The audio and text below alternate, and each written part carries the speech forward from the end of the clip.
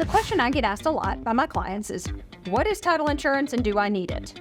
Why do I need title insurance? Why is it important? And that protects the actual purchaser of the property. That protects you, the owner. What advice would you have for buyers, I guess, or sellers to make this process as smooth as possible? Be organized. Have a plan and follow that plan. What's happening on your end from the time you get the contract till the day we get to sit at the closing table? That is a conversation we could have all day long. Communication is key from all parties involved, because we all have the same goal to get to the closing table. Hey y'all, when buying a home, one of the most important parts of the process is getting the title cleared and getting through the closing. So we all know that when you go to closing, you sit at a table and you sign a whole bunch of paperwork, right? Okay, that's pretty well known. But what are the steps to get you to that table to where you're signing that big stack of paperwork? And what happens if something doesn't go right during the process, or if there's an issue with getting the legal title cleared?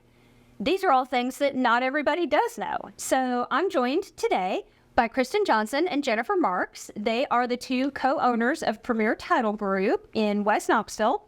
And we are going to talk to you guys about all things title and title insurance, so you know what to expect moving forward. So guys. Hi, Shelby. Hello. I appreciate you doing this with me. Thank you for having us. Of course. Yes. So I guess let's start. The biggest question I usually get asked by my clients is, what is title insurance and do I need it? So let's talk about that a little bit. So actually, that is a very important question, because we get asked that all the time. So title insurance is very important for both lenders and buyers. It is something that protects you, and it's a one-time fee. Also, it protects the lenders, and a lot of people will see that as lender's title insurance. So if people say, well, what does it protect me from? So we do a title search, and so title insurance is protecting you from liens or anything that could be wrong with the property, forgery, fraud. We know a lot of fraud is happening these days. All over the place, yeah. All over. So title insurance is one of the most important things that people need at closing. And I think that most people don't talk about that enough because they don't know anything about it. So protect yourself, protect the biggest investment that you're buying, which is a home, and buy the title insurance. It's minimal. So are there different types of title insurance? And if so, what are they? So there are two different types of title insurance. You have your title insurance for your lender. That title insurance is normally required by your mortgage lender. It's going to secure their lien position on the property. So nobody can come forward and say, hey, they owe me this money that I have to be paid first before you are able to get your funds if there was any sort of sale. There's a loan involved. If sale or anything like that on the property. Then you have your owner's title insurance, and that protects the actual purchaser of the property. That protects you, the owner. It's going to protect your investment. So it's going to protect you from fraud, forgery, defective recording of any documents. It's going to protect you for anything that could arise from any sort of unforeseen circumstances. Estate issues. My uncle Jojo owned this property. Listen, years ago. Exactly. If Papa had a mistress and they had a few children. You can't say that. That you don't. Why not? I mean, that's very true. I do say that, though. Like, you never know. If there was a long-lost child somewhere in the chain of title that could potentially come forward and say, oh, hey, that was my father. I have interest in that property. The title insurance is going to step in, and it's going to take care of your interest, and it's going to just make sure that you are secure in your purchase of the property, that there's nobody else that could step forward and say, hey, I understand that you just purchased this property, but sorry, buddy. I don't want anybody knocking on anybody's door saying, this was my papa's property, and we're here to take it.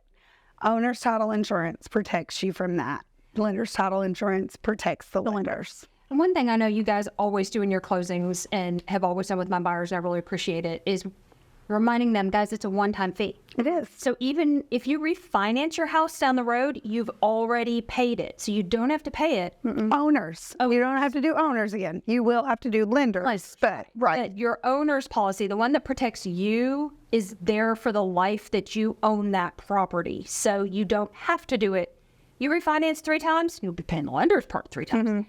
But you don't have to pay yours. And I love that you... And when you do, now that you have said that, when you do a refinance transaction, you do get a discount on your lender's title insurance. It's called a reissue, where they reissue the same title insurance policy for you, for your lender. However, you just get it at a discounted rate because you have already paid that full premium up front when you purchase the property. So let's talk a little bit about what does title insurance typically cost? It's based off of the sales price of the property and the loan amount. This is another thing that gets a little tricky because it's an algorithm, okay? So your owner's title insurance, if there is no loan, it's based solely on the sales price. And if you have a transaction where there is a lender and an owner's policy being issued, your lender's policy is based off the loan amount, and then your owner's policy is based off the sales price. Now, you'll see that there's a gap in between your sales price and your loan amount. That is the risk that the title insurance companies and the underwriters come forward and say, okay, well, the risk is minimal because this is a USDA transaction and the loan amount is the exact same as the sales price, or a VA transaction, they're the same. If you have a transaction where it's $1 million transaction, these people are putting $500,000 down in cash, the risk is a lot higher between your lender's policy and your owner's policy. So your owner's policy tends to get pretty pricey, but it's all about the risk. Correct. In every situation. So who pays for that title insurance policy? Every state is different. However, here in Tennessee, it is standard for the buyer to pay for the owner's title insurance. Unless and that's it is noted in the contract that the seller is going to be purchasing that for them. However, I know in like Middle Tennessee, they do it a little differently where it's on the seller's side. But the contract for the Knox County area states that it is the buyer's responsibility. However, there is a little part in there that says that the seller could pay for it if it's negotiated that way. So how long does that coverage last? The entire time you own the property. So I have a lot of folks who say to me, but I'm buying a brand new house. Do I really need absolutely. Because even though the home itself is new, that property has been there. Oh yeah, that land has been there. Somebody owned it. So how many, everybody always goes back to 2008 and 2009 and all the things. And, how many builders out there filed bankruptcy or have had it bottom in the past or haven't paid their contractors. So that's another thing that gets a little tricky with title insurance is bankruptcy. Because when bankruptcy gets involved, especially with these contractors and these builders from back in 2008, those liens, just because they filed bankruptcy, they don't go away. Doesn't mean they just poof. No. Yeah. So yes, 1,000%. It doesn't matter in any situation. New build, not a new build. Making any more land. Buy the title insurance. And guys, I'll tell you, I make nothing, and I tell my clients, buy the title insurance. I get nothing from them doing that. I just think it's important to protect your largest asset. Yes. As it's a wonderful speaker that I heard recently said, cover your anatomy. It covers your anatomy. That is a good one. I did not get one saying that. I loved it. I'm totally stealing it. Okay. So let's talk about what you guys are doing. We're doing that home inspection and appraisal process. What's happening on your end from the time you get the contract till the day we get to sit at the closing table? That is a conversation we could have all day long. That is my favorite part. However, there are so many things that go on behind the scenes. When we receive a contract from you or a mortgage lender, title search process starts. So we order the title search either with our legal counsel or our title insurance underwriters. And so that process starts, and then we start the processing side of it. We have multiple teammates in the office who they each have their own individual task and daily duties of reaching out to your buyers, letting them know who we are, saying hello, congratulations. We're excited to be on this journey with you. There's also other things that we have to do with the seller side. We have to call and get mortgage payoffs and homeowners association dues. Yes. Real estate. We have to get certain information from all the different parties that are involved in the transaction. All the different parties. We are basically the intersection where everybody comes together. Correct. We are the mediator between the lender and the buyer and the seller and the agents, and we work as hard as we can to mitigate any issues that potentially could arise and get to the closing table. And then We are the only party involved in the entire transaction that works with every single person involved, from agents to buyers to sellers to mortgage lenders. We're the only one. So like she said, we're the mediator. But we do a lot of things on our end. Once the title search comes in from our legal counsel or underwriters, we review that, and we work with the lenders on documents that they need. And we go through and say, have we gotten everything that is required by this title search? It's also reviewed by our legal counsel. just to have that peace of mind, it's reviewed by the person that we have hired out to do the search, whether that be our underwriting counsel or it be our legal counsel that we have on staff. The property is then searched by that person. It comes in. We have 2 girls in the office who go through it line by line. They go through everything, make sure all the T's are crossed, all the I's are dotted, everything is notarized correctly, everything is signed correctly, signature match. Deeds. We date. Prepare that chain of title. We search all the people, but then once all of that has come together and your title report is available, it then goes to our actual real estate attorneys that are on staff. Well, and that's one thing. I know every state's different. Some states are attorney states and some states aren't. We are not an attorney state here in Tennessee. However, Just plug for my girls for their title here. You guys do partner. we have 3 real estate attorneys We have partnered with. Yes, it's a full law firm that we have. They're in the same office building that we are in. They handle everything from criminal cases to family law, all the way down to real estate law. They're great. And they embrace They review all everything. of our documents, Every file. every single file, which is really great to have them on board. And I know personally when I've had a question about something, I know I can reach out to one of those attorneys if I really need to and say, hey, I have a question on this, or my client was asking me this, and I'm not an attorney. I can't answer that. And the benefit of us being partnered with a law firm is not only for real estate needs, but what if your client has a question about their grandmother's estate, or they want to have their estate documents prepared right after this movie, or they don't know anybody. Yeah, or they need a will prepared. I mean, things like that, especially for me, as we do get older and have kids, there are things that come up that when you say attorney, it's like, oh, I need a will prepared or a power of attorney for my father, whoever, So it's great to have them on staff because not only are they doing real estate stuff, they're also a resource for you guys.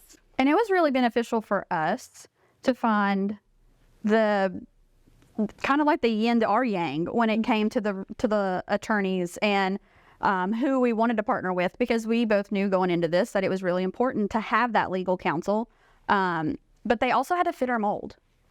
So once all of the process is done on our end, lenders have everything, we're nearing closing day, we're all so excited, your buyers or your clients are so excited, so are we. We're excited too, but they're going to come to our office, or we'll talk about mailways later, but they'll come to our office to sign documents, meet with us personally. If you're a first-time homeowner, maybe ring the closing day bell. And then we're gonna sit with them and walk them through the closing documents. We are not gonna rush them out the door because that's a big investment. We want to spend time with people, getting to know them. So signing your closing documents, it's kind of a time for them to relax because moving is hard. So sometimes it's their time to breathe a little bit and just like be normal again. But yeah, it's just, And celebrate. And celebrate. Especially the first-time home buyers. I mean, this is huge. It's the biggest investment that they'll ever make, a home. I mean, cars are getting up there, but Yeah, I'm stupid. I think we need to hit on balancing the closing statement, because a lot of people don't realize that the final amount comes from where it comes from. Yes. Like us or the lender. I completely agree with that. So where does it come from? Okay. Well, I think, don't we ask the question? No. Okay. Well, if you want to add the question. No, go ahead and answer it. Help feed that in. Okay. So it's really important that once the processing has already been completed, we have all the title documents in place. The lender has been supplied with everything that they need on their end from the title standpoint. What we do is we begin balancing. And basically what that means is Your final figure. all of the amounts that are associated with your closing transaction, they basically get married onto one closing statement. It is our responsibility to obtain any and all invoices that need to be added to that closing statement. And then the lender provides us with their figures. We work together as fast as we possibly can without, missing any little detail. And It's the minor details that are very important, and we all have yes, and they become major details, and that's so important because we want to make sure that we are on the exact same page with the lender. So that's where Christin is so wonderful. She is like a number guru. But So my husband last night, I never question your number. our numbers are Never had a problem. I'm the OCD and have a crazy checklist that I go through on every single Yes, file she to does. make sure that nothing is missed. that is correct. But trial and error, sister, trial and error. That's appreciated. But so a lot of people don't understand how that works. Where does their final figure come from? Their final figure will ultimately come from the lender. We are unable to provide that to a buyer. So we get the call a lot that says, hey, can you send me my closing statement, or I haven't gotten that final figure yet? What am I supposed to bring to closing? Well, that will come from your lender. And as soon as we have it, we will also give you a call. But it's very important to know that we're kind of in the passenger seat of the boat, and the lender is driving the boat. And there's another thing to know I don't know if this is true of in every state, but I know here buyers have to be given 3 days notice. So you get your preliminary closing disclosure. It doesn't mean it has to be perfect. It just means you have to have received it. You have to have an opportunity to look at it and ask questions. And acknowledge it. So, which means you have to sign, guys, and give back to us if we need to tweak anything. And that is huge because A lot of people will receive a preliminary, When they and we haven't seen the preliminary. And so that does, it does get real confusing when it gets down to that point, because there are situations that arise where the lender can go ahead and disclose the estimate of the amounts that are going to be due at closing, but it's not finalized yet, and they're doing that to protect the buyer so that they can keep that closing date locked in. But patience is key. Like I have folks 7 or 10 days out that are asking me for it. I'm like, guys, we probably don't have it yet. Now, when it comes to a cash transaction, Different. when you have a cash transaction, different. Very that 100% that amount will come from your title company, or from Correct. your title representative, and 9 times out of 10, we can have, as long as there are no title issues, we can have those amounts to you fairly quick. very quickly. Yeah. So let's talk about, okay, we've done all the preliminaries, we've got the title search, we have our day and Our big day. like conference rooms, we can ring a bell and have our picture and all the good things. What do you guys do to finish out that file? Because I think a lot of times buyers and sellers, they walk out the door and they think you're done. Yeah, we're not you're not done. done. We're not done. So there's an after process. So once, they do walk out that door, we have to record the deeds and all the legal documents. We have to do a transfer of funds. We have to send the seller their funds if they don't walk away with a check. Have to make sure the mortgage lenders, the mortgage liens that are currently against the property have been paid in full and satisfied, that releases are being filed from that lien that is of record, because if that release isn't filed, then That's why they have insurance. Yeah. because then that's not your problem, that's theirs. But there's also, working with the lender and getting them the final documents. Yes. Recording of deeds, making sure everything on that closing statement is paid. So again, and you don't go to closing and write a check to the sellers. We will make that check out to us because we are dispersing all funds throughout the entire transaction. We make sure that all real estate agents and brokers are provided with the proper documentation to close the the transfer property out on their end. Thank you much. Yes. Yes. So all transfer of funds, all recorded documents, making sure everything is paid off in full. Once those documents are recorded with the registrar's office for which the property lies, they will come back to us. At that point, we will issue the title insurance policies. And about 35 to 45 days after closing, the buyers will receive their policy and their original deed in the mail. So, yep. Well, and one thing that I don't think we talked about, I do want to kind of hop back for a minute and then we'll hop back is, so let's say during the title search, we do find an issue. How do you get those resolved? It really depends on the issue. Case by case. It is a case-by-case scenario. We have an amazing title review team that really just have this whole book of knowledge of how to fix certain things. If it is... I tell everybody that the best way to explain that is every file, which you guys are not a file to us, but every file that we have in our office, the whole process is the exact same. However, every transaction is different. So if there was an issue to come up, any sort of issue, say there's an unreleased trust deed from the past. If it is a company that is no longer in service, because let's face it, there were a lot of mortgage servicers after 2008 that no longer are around or no longer exist. Those types of things, you got to think a lien is good for 30 years on the face, and then you've got 10 years after that you can't really do anything with. And so when all other avenues are exhausted and that can't be released, because you got to think we have people calling this person who said it was transferred to this company, and then you got to call that company and they've transferred it to this company. Hours and hours later, we contact our underwriting team and they're like, see if they have an owner's policy. They have an owner's title insurance policy. Boom. It's all done. We're good. We can move forward. It can be issued without, or the title insurance can be issued without any sort of red flag towards that mortgage lien. There are so many different scenarios.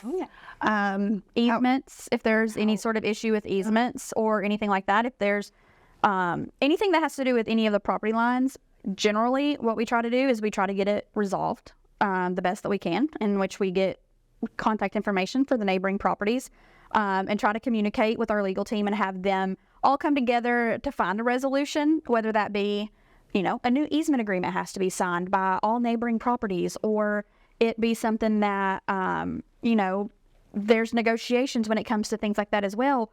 When there are so many people involved, we kind of have to get involved too, because if it's not resolved, then that could potentially be a cloud on your title. I remember we had one, oh gosh, it's been a couple years ago now, but there was some question about, was the fence actually on the property line or was it on just the wrong side of the property line?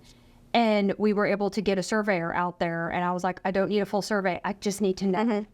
And so he did. I felt like that was very recent. It was like 2 years ago. There's another common occurrence that happens when it comes to property lines, because most aerial views of the property that are of record are tweaked a little. Yeah. You got to think it's a drone. It's a drone going through, taking these photos of the property. If they are not directly above the property, it's going to be off a little, skewed. Yeah. And so that is why a legal description on these recorded documents are very, very, very important. My biggest advice to buyers would always be to check your legal description at closing or before closing and know exactly what you're buying, whether it be a lot number or a tract of land, just look at the legal description. Your title insurance provider, whatever title company it is that is providing that title insurance for you, that is researching that property for you, they should be able to provide you with what is of record, as in the property assessment data. That's like basically just the aerial view of the property. And then they also do something where they take all of the coordinates of the property with every little bitty turn, even if it's just the most minute little turn. And they put it into this little plotting program, and they are able to spit out an image of what the property should look like based off the legal description of the property and all of the coordinates. That should match. The shape of the property should match, and it should close. If there's a gap or there's a survey needed. I remember this is going back many, many years ago. You guys found one. It was in a more rural county, and we were trying to close it, and we could not get a good legal description. No. So my buyers ended up paying for a survey, and I think they thought they were getting like 6.5 or 7.5 acres of land, something like that, and it ended up being 10.5. It was the best phone call I ever had. Because I was like, hey guys, guess what? You just got extra acreage. Yeah. Because it hadn't been properly recorded, and we had to do that in order to properly close it. And Correct. And that's another thing. Tennessee is not a state that requires surveys. right. A lot of I am ready for that to be filed, though. Yeah. I always tell my clients, if you're in a very well-established neighborhood, especially if the house is turned over a couple times, you're probably safe. Yep. But if you're buying land, please, for the love of God, And the last survey of record is more than 5 years old. Go. get a survey. Yeah. The property I was showing this morning actually was a large tract, about 26 acres, and it was purchased a year ago, and that owner has since parceled off. Oh, yeah. I literally have to have a survey. There is a current survey on file. Well, yeah, there would have to be because MPC, there are so many things that go into the survey process and the property assessor's office. And when it comes to needing a survey, if the title company comes to you and says, hey, we thoroughly believe that this property does need a survey, We need it. we're doing We're doing that for your best interest. Correct. If not, first of all, you don't know what you're buying. Well, and not only are we doing that for your best interest, but we're also doing it for our best interest, your best interest. How Everybody's everybody's anatomy. There you go. Yes, that's a good. So let's kind of flip back again. I know you had mentioned cash versus loan. Learn a little about the difference between a cash transaction and a loan transaction. So, cash transactions are basically buyers coming to the table with funds from their bank account or retirement. not in cash. Not in cash. Cashier's check. It is No cash. what is that called? No mattress money. No mattress money. Yeah. Yeah. So cash is coming from their bank account. Again, wire transfer, or cashier's check. However, those are also quicker turnaround times typically. They don't have to go through the loan process. The loan process is basically when the buyer goes to the mortgage company and gets a loan for the funds needed for closing. So again, no mattress money if you have to bring funds to closing there either. Yeah, no, they don't like it either. No. Got to be able to source it. A loan closing does take a little bit longer, usually around 30 to 45 days, depending on the lender The tire. and the topic.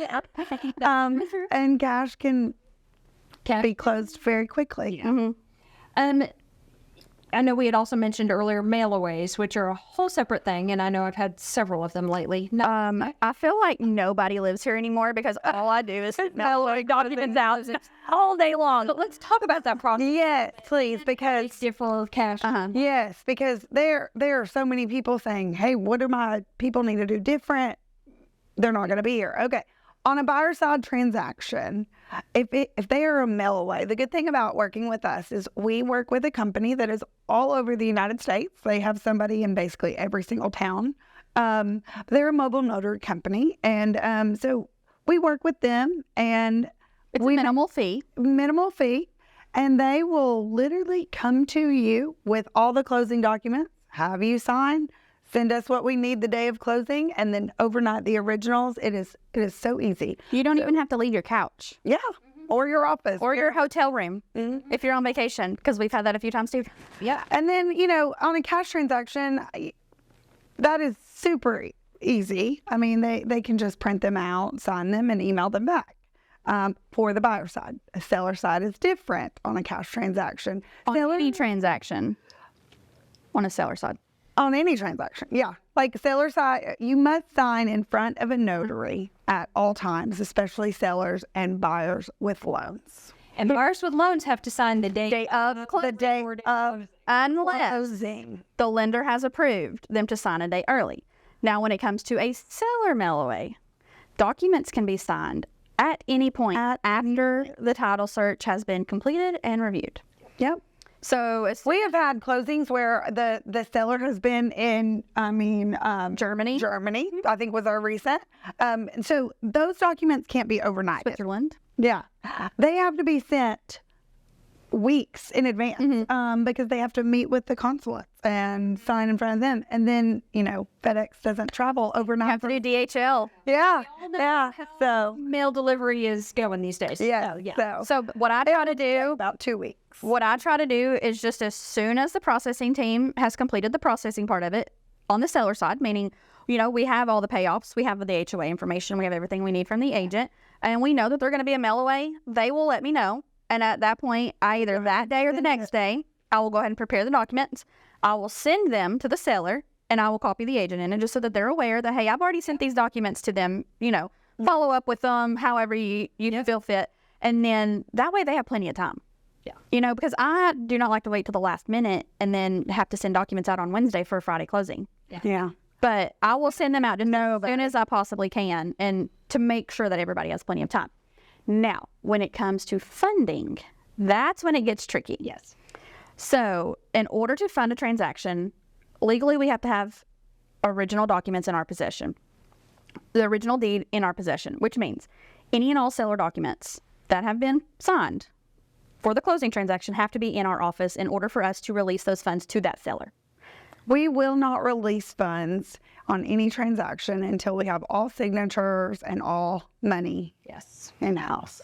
Now, when it is a buyer mail away, there are certain situations where the funding could be issued same day because we do use this certified company for the mobile notary, and they upload us copies of the documents. We then send them to the lender who is handling the transaction on their end.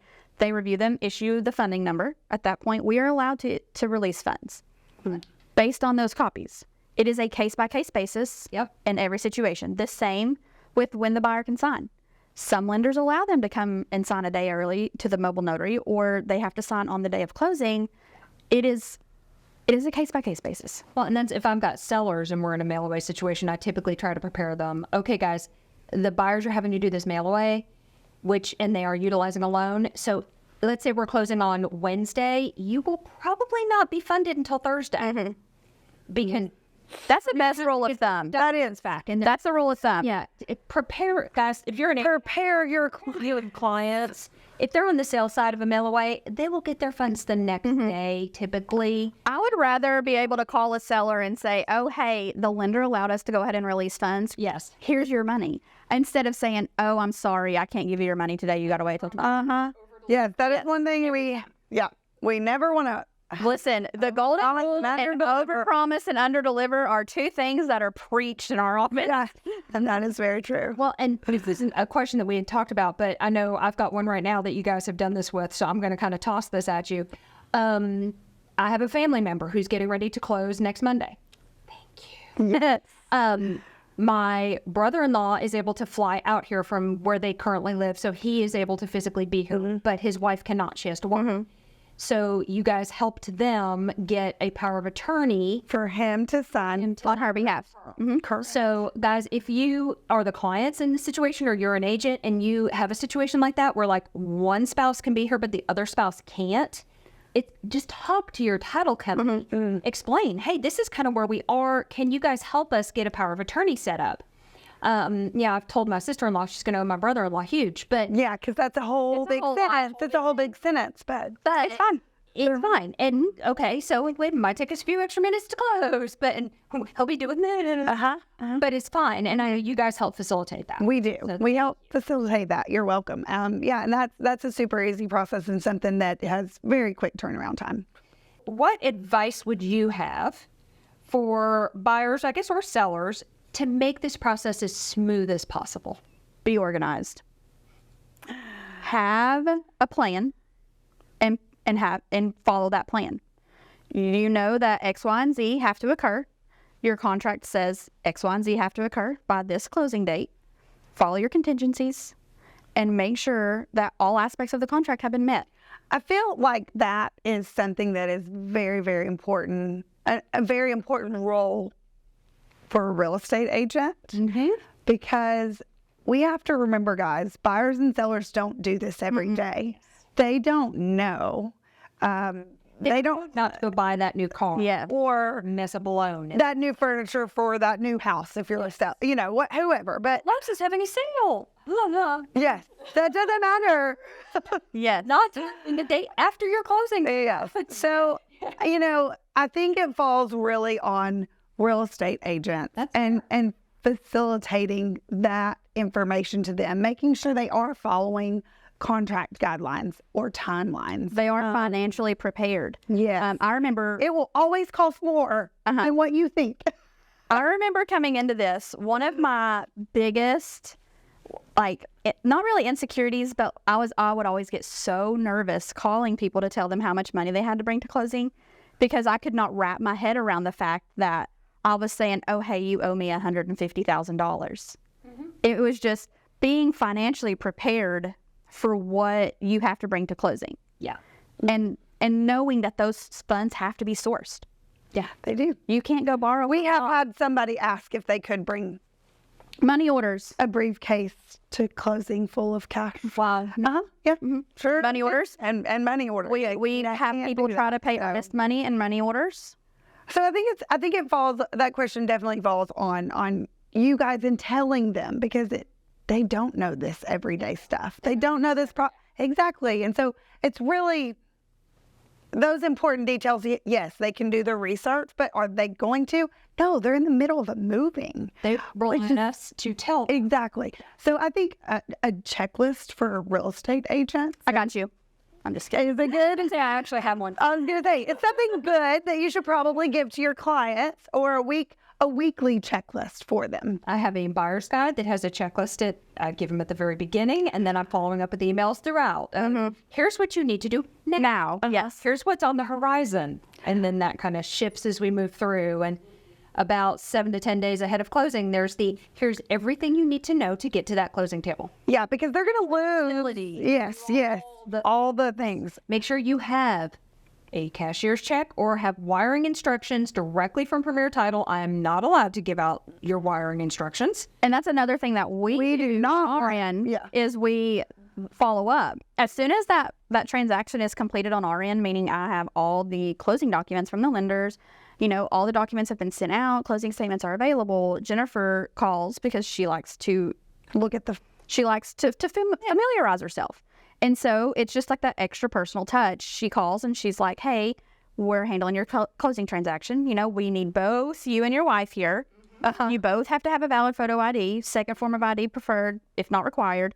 And then you need to have X amount of dollars. It needs to be wire transfer, cashier's check, however you prefer. And then she familiarizes herself before they come into the office.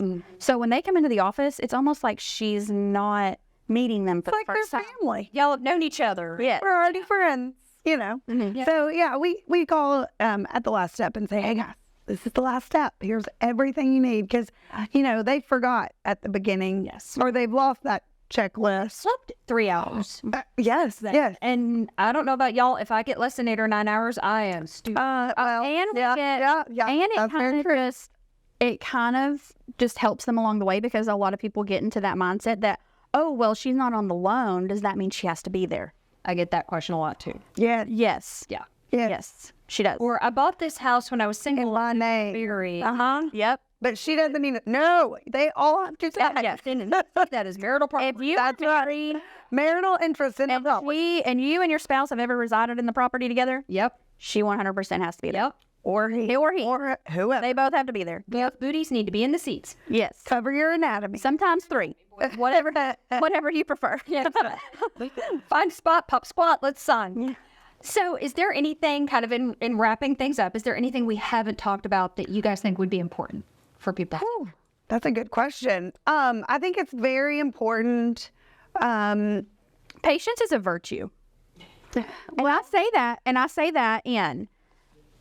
a sense of you have to be patient with all parties in the transaction, because at the end of the day, we're all depending on each other. It's a race, but at the same time, it's a team. We're all in the boat. I was gonna say we're all on the boat together, and there's always a driver, but Everybody's end goal is the exact same. Issues are going to come up. Unforeseen issues are going to come up. There are going to be hiccups because we're human. And at the end of the day, patience is going to get you a lot further than you can catch a lot more bees with honey than vinegar. Is that the same? Oh, I don't know. Flies with honey. Yeah. Flies with honey. Yeah. So, Yes. It's a yeah, I mean, there's so many important things I would want to say to end up. However, I think that everybody involved, from mortgage lenders to agents to title companies, I think every single one of us have to remember that buyers and sellers do not do this every day. And it is our role to educate them. But I also think communication is Huge. key. And I hate to use that because communication is key to your house, Bit of a shame. Yeah. Communication is key from all parties involved because we all have the same goal to get to the closing table and for you to be in your new home and make new memories. But I think communication is the biggest thing. And thankfully, we have great communication in our office. We have a texting, an emailing, and a phone calling system. So we've covered all bases, all people. So some people want text message. We got you. Some people want email. We got you. Some people want a phone call. We got you. So I think that's a big thing. I will say in this day and age that confirming identity is huge. So if you get a phone call from your title representative, if you're not comfortable with them, a quick Google search could probably put a face to the name. Call your agent. But at the end of the day, if you have a title representative calling you and asking you for documentation to provide or to be provided for identity purposes, provide it. Because we're in a time where fraud is taking over and people are pretending to be Sellers. on lots of things. They're pretending, even buyers in situations. Yeah, we had one. We had a fake buyer. Yeah. Yep. And then, provide the documentation that's being asked because they're not just asking for it because they want to. And we're not asking to cause you more headache. We're asking to protect you. To protect you, to protect the other party, to protect everybody involved. And everybody involved. And so, unfortunately, we have to. and we're moving towards such a technology-driven real estate industry where there's so many things and everybody's on their phones and using this. Just, we all have to move that way. So I think some are getting frustrated. What do you mean I have to do this on my phone or sign this or provide this? How do I send this to you? I think it's important that We're problem solvers. Yes, we'll tell you how, we'll teach you how. But, as agents, when you meet with your clients or the contract is done, please make sure that you let them know, hey, are you good with closing here? You will hear from somebody at this company. They will call you. The day we go under contract, either my transaction coordinator or myself will be forwarding the file to Premier Title. You will be getting a phone call within a couple of days. Yes. From one of the ladies at Premier Title. Believe them when they tell you that's who they are. Yeah. And if not, Questions, let me know. yeah. Jennifer does a really good job of keeping our website up to date too. So you can always hop on there. And I say that because we have a lot of people who go to our website to confirm and to verify who we are. Yes. And then they take the information that they get off of our website and they check it with social media. They want that extra level of protection too. Absolutely. And please do, and not even just with us, with anybody. All parties. Yeah. So yeah, I think If somebody's calling me asking me for my social security number, I'm probably going to look at their website too. I'm going to make sure you are who you say you are before giving out that information. That's common sense anymore. I think closing day is just really exciting and people need to be excited about it. So it's where all the nerves come together and it's like you're there. I say you're there. It's like you had an uphill battle to get to the closing table and then now you're at the top and now you get to go home and unpack. And just at the top of the roller coaster and you're going, oh, this is going to be so much fun, but oh, Lordy. Here we go. And you're going to leave nauseous. I consider that. Yeah. So I cannot thank you enough for coming in and doing this with me. I really appreciate it. And I hope y'all out there. I know. And I just Sam. I love it. And welcome to Tennessee, y'all. my voice. Cornbread. gosh, it's like a bale of hanging cornbread. So, y'all, in a nutshell, if you are looking to either buy, sell, or invest in real estate in the Knoxville area, and you're looking to be taken care of by a trusted advisor, I would really encourage you to schedule a complimentary consultation with me where I will help you with your buying, selling, or investing needs in Knoxville. And we'll talk about it, see what you need. You can reach me by email, is usually best, at shelby@brookshomegroup.com.